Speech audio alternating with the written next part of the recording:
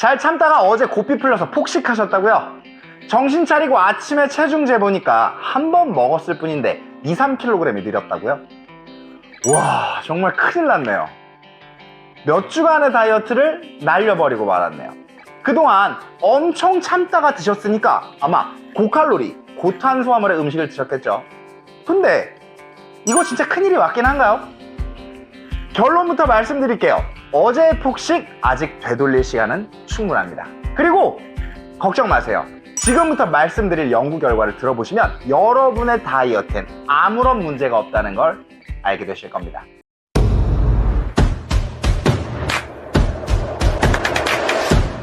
어젯밤의 폭식 몇 칼로리 정도 드셨나요? 여러분께서 안심하실 만한 연구 결과를 말씀드릴게요. 스위스 MDPI 저널에 기재된 하루의 과도한 지방 섭취는 전신 인슐린 민감도를 감소시킵니다의 내용입니다. 해당 실험에서는 15명의 건강한 남성을 대상으로 6,000칼로리를 섭취하게 했고 체중의 증가가 얼마나 되었는지를 확인했습니다. 그 결과 850g 증가한 것으로 나타났습니다. 6,000칼로리 어느 정도인지 감이 안 오시죠? 음식 무게만 5kg이었습니다. 이들이 섭취한 음식은 베이컨 12개, 계란 후라이 6개, 푸딩 토스트 각 4조각씩, 소세지 12개, 치즈와 감자를 섞은 오믈렛에 감자튀김, 콩, 토마토 등으로 구성된 음식이었습니다. 어떻게 5kg을 먹었는데도 실제는 1kg도 찌지 않았을까요? 음식을 먹은 후 체중을 늘리는 것은 우리 몸에 생성되는 지방의 양이 아닙니다. 바로 물, 소화되지 않은 음식, 장에 남아있는 배설물까지 3가지로 분류되죠. 그래서 이들의 양에 비하면 정말 작은 양의 체중이나 지방일 것입니다. 하나씩 뜯어서 살펴보죠. 첫째, 늘어난 몸무게의 주범은 수분입니다. 우리가 보통 폭식하게 되는 음식들은 소위 단짠의 정점일 거예요.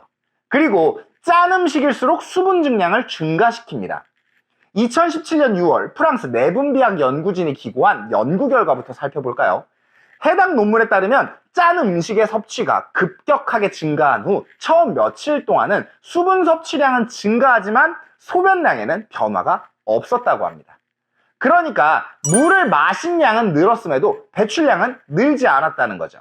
이해가 바로 되실 거예요. 맞습니다. 늘어난 체중은 바로 배출되지 않은 수분이고 이는 우리가 섭취한 나트륨과의 균형을 맞추기 위해 체액으로 체내에 남게 되고 이를 배출하는 데는 며칠이 더 소요되기 때문에 체중이 증가하는 것입니다. 두 번째 주범은 글리코겐입니다. 탄수화물을 먹게 되면 수분 증가는 더 배가 됩니다. 왜 또 수분 이야기를 하냐고요? 이건 순수 수분이 아닌 글리코겐으로 저장된 수분이니 같다고 보시면 안 됩니다. 이때 글리코겐 1g당 물 3g이 저장됩니다. 즉 300g의 탄수화물을 섭취하게 되면 약 900g의 물이 함께 저장된다는 것입니다.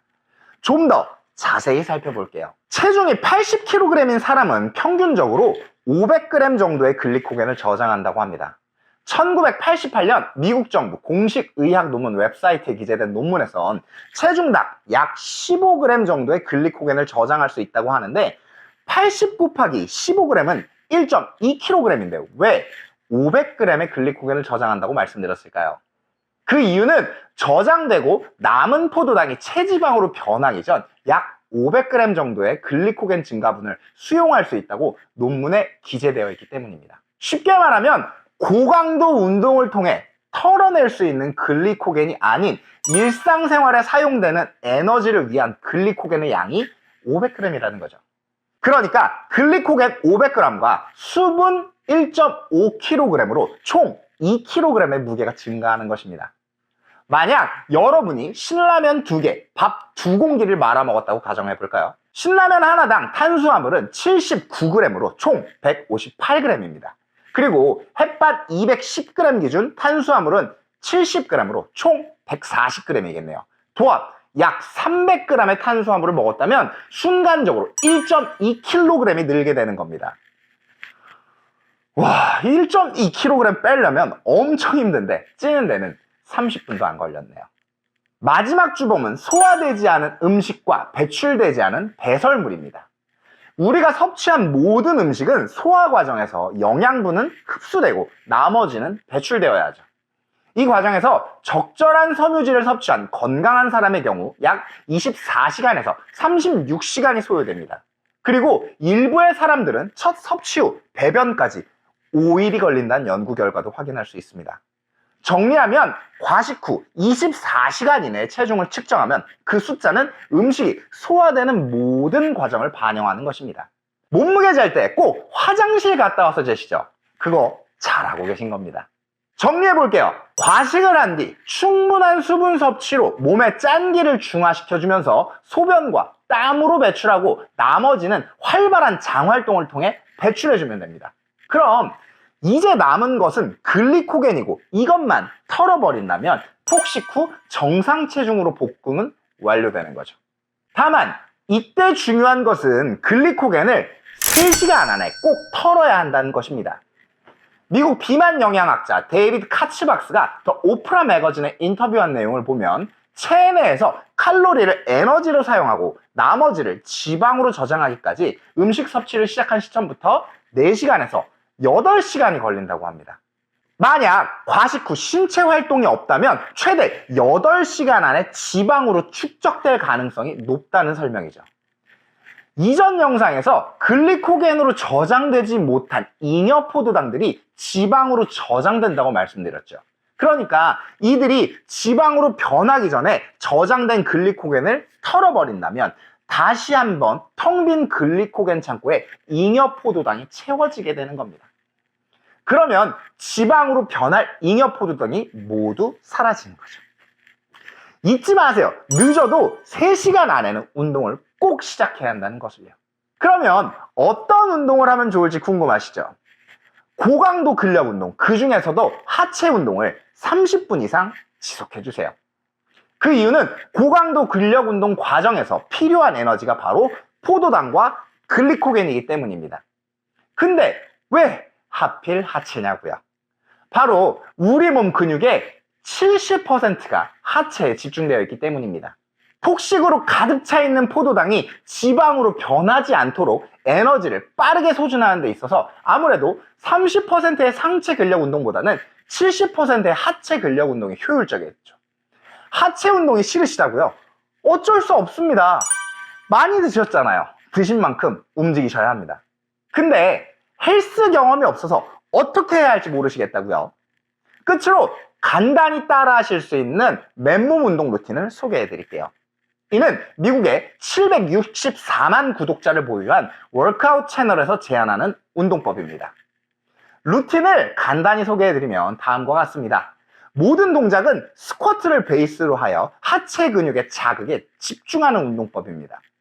운동의 구성은 40초 운동과 30초 휴식이 하나의 세트로 총 10세트를 진행하게 되는데 운동 강도가 아주 훌륭합니다. 만세! 앉아야지.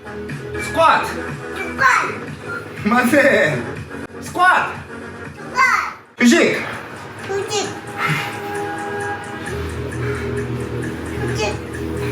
좀 쉬어, 누워서 쉬어. 자, 준비 일어나. 준비. 앞서 30분 이상의 운동을 말씀드렸는데 이 루틴의 경우 타바타 운동법을 결합하여 빠르게 진행되는 운동이기에 여러분의 체력에 맞춰 반복 횟수를 결정해 주시면 좋을 것 같아요. 비단 폭식 후가 아니더라도 일주일에 한 번씩 하체 근력 강화를 위해 해보신다면 그것도 아주 좋을 것 같더라고요. 링크는 설명란에 남겨드리겠습니다. 꼭 한번 해보세요. 어떠신가요? 폭식을 권장하는 것은 아니지만 이 정도면 좌절하고 스스로를 자책할 필요는 없지 않겠습니까? 골든타임만 기억하신다면 말이죠.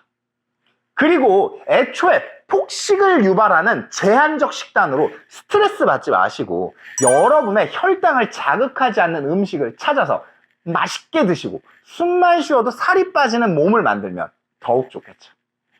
이 방법이 궁금하시다면 상단의 카드를 눌러보세요. 얼마 전에 우연히 구독자님과 헬스장에서 만났습니다. 요즘 채널이 갑자기 커지고 있어서 너무 좋다고 말씀을 해주시더라고요. 근데 사실 저는 INTJ라서 낯선 사람을 만나면 굉장히 뚝딱거리는 편이라 사실 엄청 당황했었습니다. 그런데도 먼저 다가와 주셔서 결국 같이 운동을 하게 됐어요. 그리고 이런 질문을 하시더라고요. 왜 운동을 하고 자기 관리를 하시냐고. 자기는 요즘 들어 그 이유를 모르시겠다고 하시면서 점점 내가 없어지는 느낌도 든다고 말씀하셨어요. 그래서 왜 그런 생각을 하게 되셨는지 여쭈었죠.